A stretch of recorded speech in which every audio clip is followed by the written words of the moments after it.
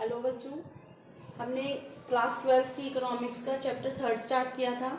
First इसके video में हमने इसकी बेसिक टर्म्स जैसे कि utility, consumer behaviour and consumer equilibrium यानी कि उपयोगिता, उपभोक्ता व्यवहार और उपभोक्ता संतुलन की धारणाएं की थी।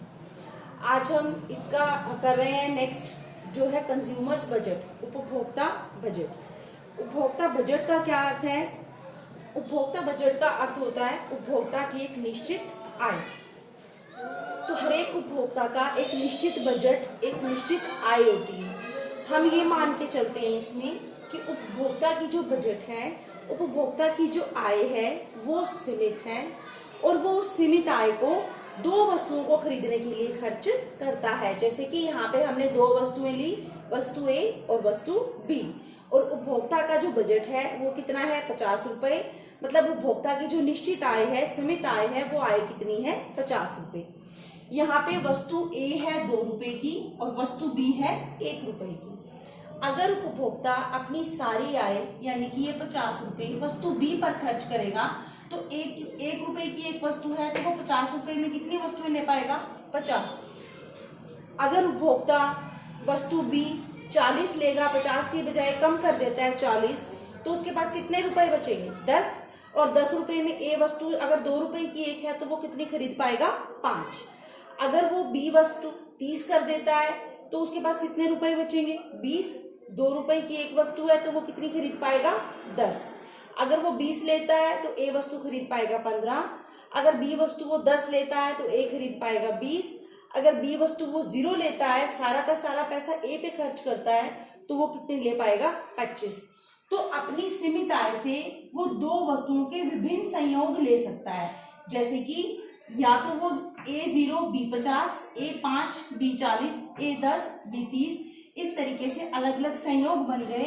अपनी सीमित आय में से वो अलग अलग संयोग ले सकता है दोनों वस्तुओं के। इसको क्या बोलते हैं? Budget set.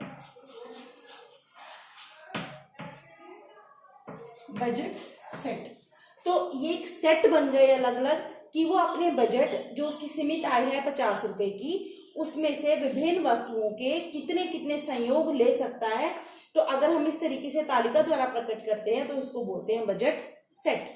अगर हम इस बजट सेट को हम डायग्राम द्वारा दिखाते हैं तो ये होती है बजट लाइन, जो ये दर्शाती है कि उपभोक्ता अपने बजट से, उपभोक्ता अपनी सीमित आय में से दो वस्तुओं के कौन कौन से संयोग प्राप्त कर सकता है। जैसे कि अगर A 0 है तो B कितना है? 50। अगर A 5 है तो B कितना है? 40। अगर A 10 है तो B कितना है? 30।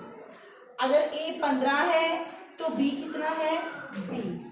तो ये अलग अलग बिंदु है A, B, C, D, जो कि उपभोक्ता के विभिन्न बजट सेट को दिखाते हैं, उपभोक्ता के विभिन्न ऑप्शंस को दिखाते हैं कि वो अपनी सीमित आय कौन कौन से ऑप्शन पर खर्च कर सकता है।